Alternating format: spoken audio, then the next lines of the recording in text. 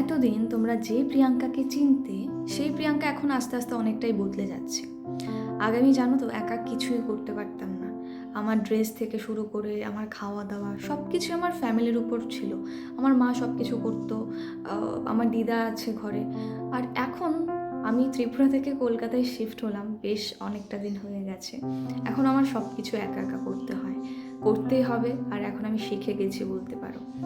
Shift হওয়ার পেছনে বিভিন্ন কারণ রয়েছে, সবটাই আমার কেরিয়ারের উপর ডিপেন্ড করছে। আর কেরিয়ার ছাড়া আমি কিছুই এখন বুঝি না, সত্যি কথা বলতে। এটাই আমার জীবনের মেইন মোটিভ, এটাই সব কিছু। মানে কারোর জীবনে যদি ভালোবাসা থাকে না, মানুষ থাকে তো ভালোবাসার। আমার জীবনে ভালোবাসার, আমি যেটাকে ভালোবাসি সেটা হচ্ছে কি আমার কাজ। কাজ ছাড়া আমি কিচ্ছু ভালোবাসি না। যাই হোক, তো ত্রিপুরা থেকে কলকাতায় শিফট হলাম এবং এখন একটা পিজিতে আছি।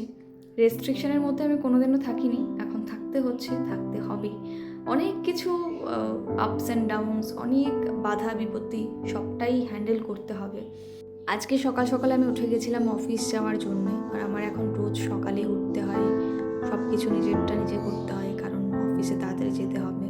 আর জানো তো, ত্রিপুরাতে চলাফেরা করাটা না খুব ইজি, বাট কলকাতায় এটা ভীষণ কঠিন। অফিস টাইমে যা একটা ভিড় হয়, ট্রেনে বাসে সব কিছুতেই দাঁড়িয়ে দাঁড়িয়ে যেতে হয়।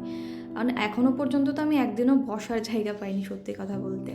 যাই হোক, তো অফিসের জন্য বেরিয়ে গেছিলাম এবং বেশি কিছু শেয়ার করছি না আজকে ভিডিও ক্লিপ, কারণ ভিডিও ক্লিপ থেকে বড় কথা হচ্ছে যে আমি যে কথাগুলো বলছি তোমাদের সাথে, আর আমি যখনই না ভিডিওতে কথা বলছি, যে কোনো ভয়েস ওভার দিই, তখন আমি এটা ফিল করি যে আমি তোমাদের সাথে 1-to-1 কথা বলছি, কাউকে বলছি কথাটা।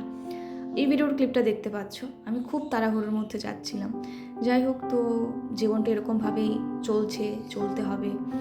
কারণ লাইফে কিছু করতে গেলে না অনেক কিছু স্যাক্রিফাইস করতে হয়, অনেক কিছু হ্যান্ডেল করতে হয়, অনেক কিছু মেনে চলতে হয়। সো অফিসে গিয়েছিলাম, কাজও কমপ্লিট, তারপর রুমে এসে পড়লাম। বাকি সব কিছু আমি আরেকটা ভিডিওতে শেয়ার করব, অনেক কিছু শেয়ার করার